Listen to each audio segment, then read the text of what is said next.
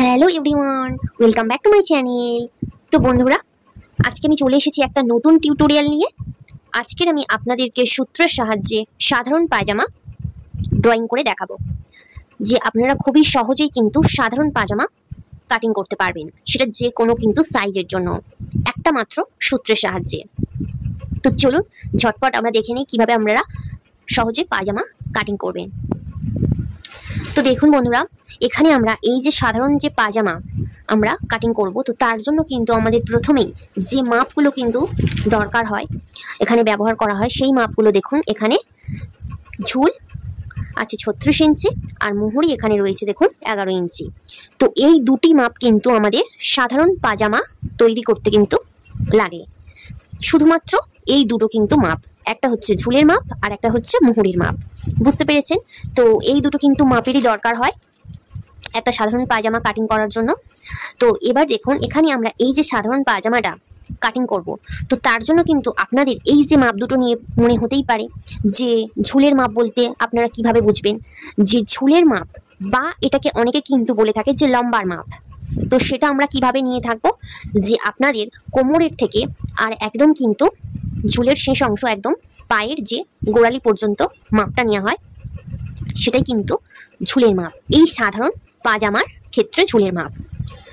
তো এটা আপনারা কিন্তু এরকমভাবেই মাপটা নেওয়া হয় সাধারণ পাজামার ক্ষেত্রে, যে আপনাদের হাতের এরকমভাবে যে কোনোই ঠেকবে কোমরের ওখান থেকে আর একদম কিন্তু পায়ের যে গোড়ালি পর্যন্ত মাপটাকেই কিন্তু বলা হয় যে এখানে সাধারণ পাজামার লম্বার মাপ বা ঝুলের মাপ নেওয়া হয়। এবার দেখুন, এখানে যে মুহুরি রয়েছে, তো এই মুহুরির মাপটাও আপনাদের অনেকের মনে হতে পারে যে মুহুরির মাপ আপনারা মুহুরির মাপ কোনটাকে বলে থাকেন বা কিভাবে মুহুরির মাপ নিয়ে থাকেন।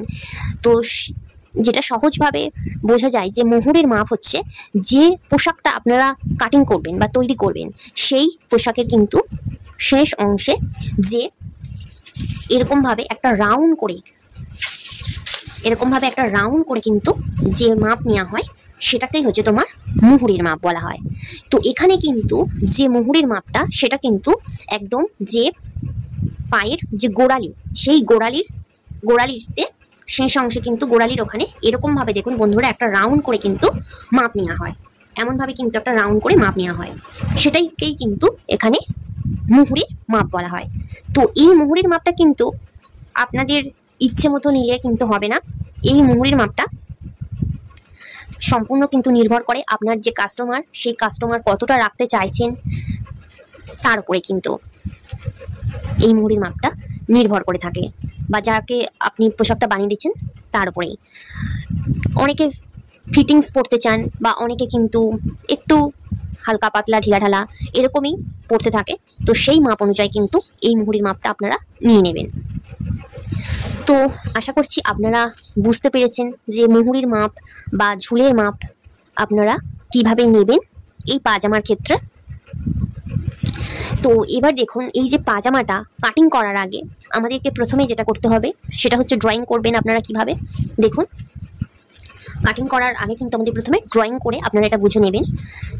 তো প্রথমেই কিন্তু আমরা ড্রয়িংটা করব বাম দিক থেকে।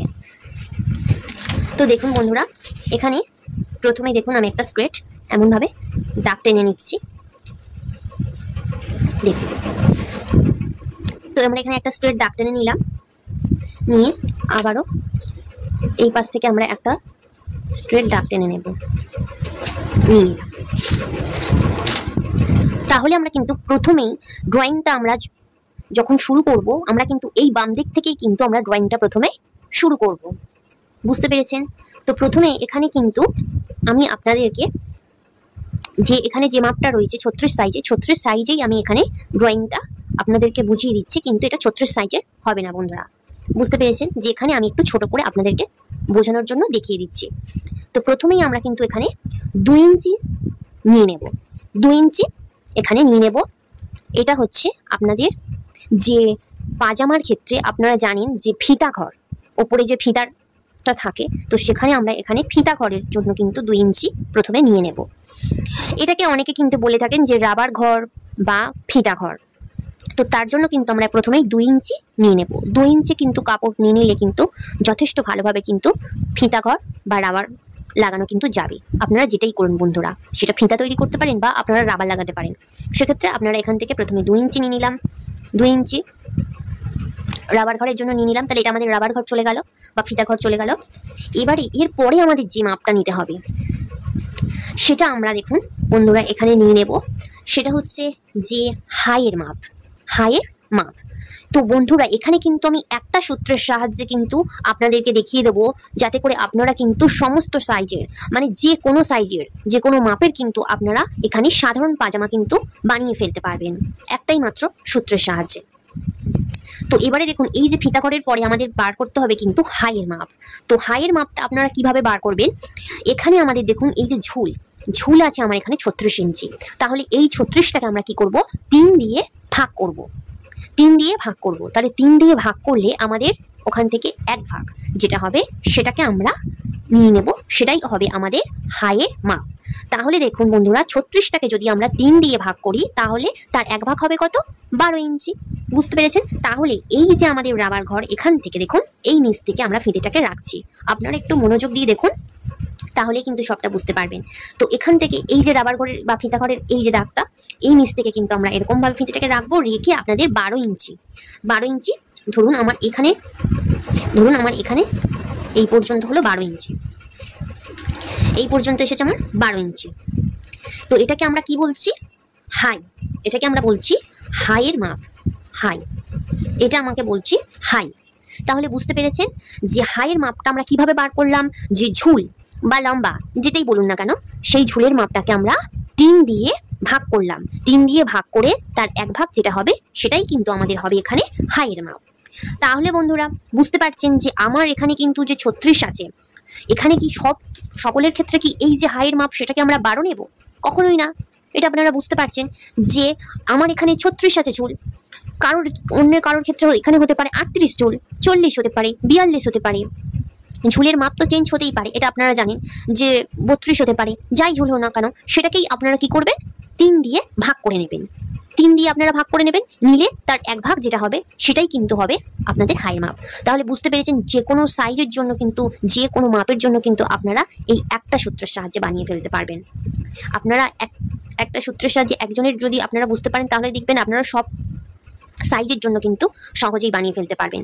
তাহলে দেখুন এখানে কিন্তু আমরা ঝুলটাকে 3 দিয়ে ভাগ করে তার 1 ভাগ হচ্ছে আমাদের এখানে যেটা বেরিয়ে এলো, সেটা হচ্ছে আমাদের হাইয়ের মাপ। তো দেখুন বন্ধুরা এখানে আমার হাইয়ের মাপটা বেরিয়ে এসেছে 12 ইঞ্চি। তো এবার দেখুন এই যে হাইয়ের মাপটা নেওয়া হয়ে গেলে কিন্তু এখানে আমাদের নিয়ে নিতে হবে যে ঝুলের মাপ বা লম্বার মাপ। তো সেই ঝুলের মাপ বা লম্বার মাপটা আমরা কিভাবে নেব, তো এখানে দেখুন আমার ঝুল আছে হচ্ছে তোমার 36 ইঞ্চি। তাহলে 36 ইঞ্চি এখান থেকে আমরা এই যে 2 ইঞ্চি ফিতাটাকে এখান থেকে আমরা রাখবো, রেখে আমরা 36 আছে তার সাথে আমরা কিন্তু আরো 2 ইঞ্চি প্লাস করব। কারণ হচ্ছে আমাদের এখানে যেহেতু আমাদের সেলাই হবে, ওপরের এতে সেলাই হবে, আবার নিচে বা আমাদের এই যে নিচের যে মুহুরিটা রয়েছে সেই মুহুরি কিন্তু আমাদের এখানে মুড়ে সেলাই করতে হবে। তো তার জন্য কিন্তু আপনারা 2 ইঞ্চিও নিতে পারেন, আবার 1.5 ইঞ্চিও নিতে পারেন। তো এখানে কিন্তু আমি 1.5 ইঞ্চি নিয়ে নিচ্ছি। তো 36-এর সাথে তাহলে আমরা আরো 1.5 ইঞ্চি অ্যাড করবো, করলে হবে আমাদের 37.5 ইঞ্চি। তাহলে দেখুন এই যে আমাদের রাবার ঘর বা ফিতা ঘরের নিচ থেকে কিন্তু আমরা এরকম ভাবে রাখবো ফিতেটাকে, রেখে আমরা যেখানে আমাদের 37.5 ইঞ্চি হবে সেখানে আমি এরকম ভাবে দাগ দিয়ে নিলাম। দেখুন বন্ধুরা এখানে আমি 37.5 ইঞ্চিতে দাগ দিয়ে নিলাম। তাহলে এটা আমাদের কিন্তু, এটাকে আমরা বলছি ঝুল। তাহলে আমাদের এটা হচ্ছে ঝুলের অংশ, ঝুল প্লাস 1.5 ইঞ্চি, ঝুল প্লাস 1.5 ইঞ্চি। বুঝতে পেরেছেন? তো এটা আমাদের ঝুলের অংশ নেওয়া হয়ে গেল মাপ। এবার দেখুন এই যে সাইডে, এবারে আমাদের এই দিকের মাপগুলো কিন্তু এখানে নিয়ে নিতে হবে। তো প্রথমেই দেখুন বন্ধুরা এই যে আমাদের রাবার ঘর বা ফিতা ঘর রয়েছে, এখান থেকে কিন্তু আমাদের যে কোমরের মাপটা সেই মাপটাকে কিন্তু নিয়ে নিতে হবে।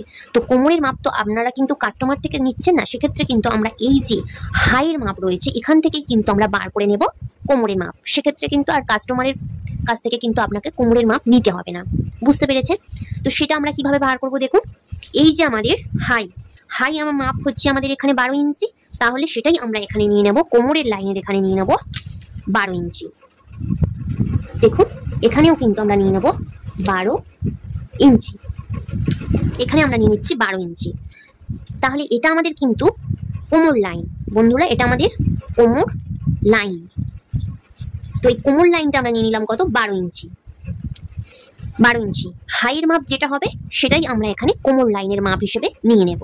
বুঝতে পেরেছেন বন্ধুরা, যে হাইয়ের মাপ আপনাদের যেটা হবে সেটাই আপনারা কোমর লাইনের মাপ হিসেবে নিয়ে নেবেন। তাহলে এখানে আমি কোমর লাইনের মাপ নিয়ে নিলাম 12 ইঞ্চি।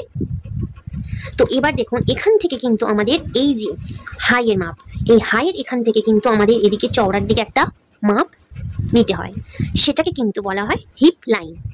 হিপ লাইন, তো সেটা আমরা কতটা নেব, এই হিপ লাইনটা আমরা কতটা নেব না, কোমর লাইন আমার যা আছে 12 ইঞ্চি, তার থেকে কিন্তু আমরা এখানে 2 ইঞ্চি বেশি নেব।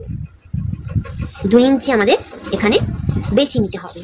তাহলে বুঝতে পেরেছেন বন্ধুরা, এখানে আমার কোমর লাইন আছে 12 ইঞ্চি, তাহলে আমরা এখানে হিপ লাইনটা কত নেব, 2 ইঞ্চি বেশি।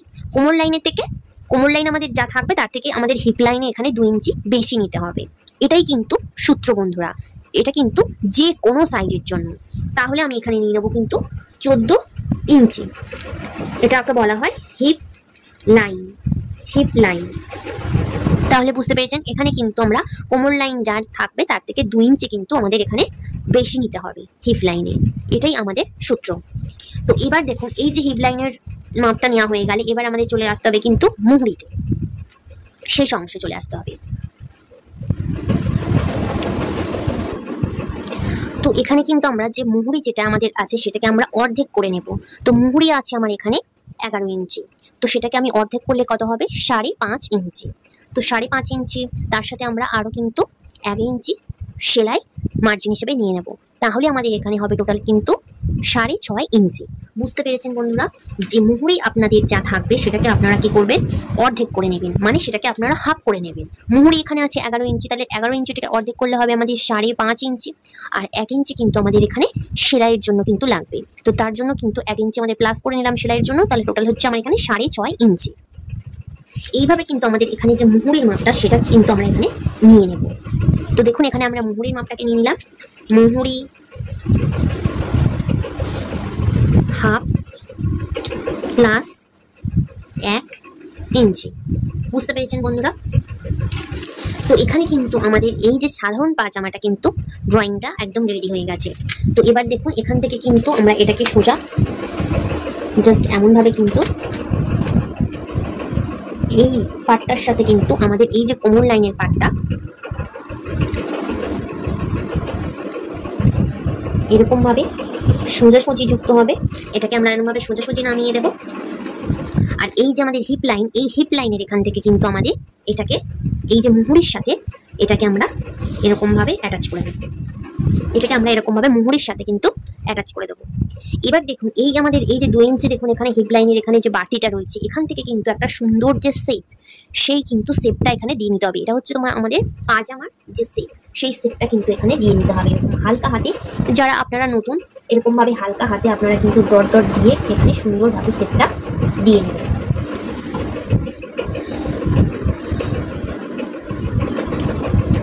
দেখুন বন্ধুরা এখানে কিন্তু এই শেপটা আপনারা হালকা হাতে দিয়ে নেবেন, নিলেই কিন্তু আমাদের এখানে এই যে সাধারণ যে পাজামাটা সেটা কিন্তু আমাদের একদম রেডি হয়ে যাবে।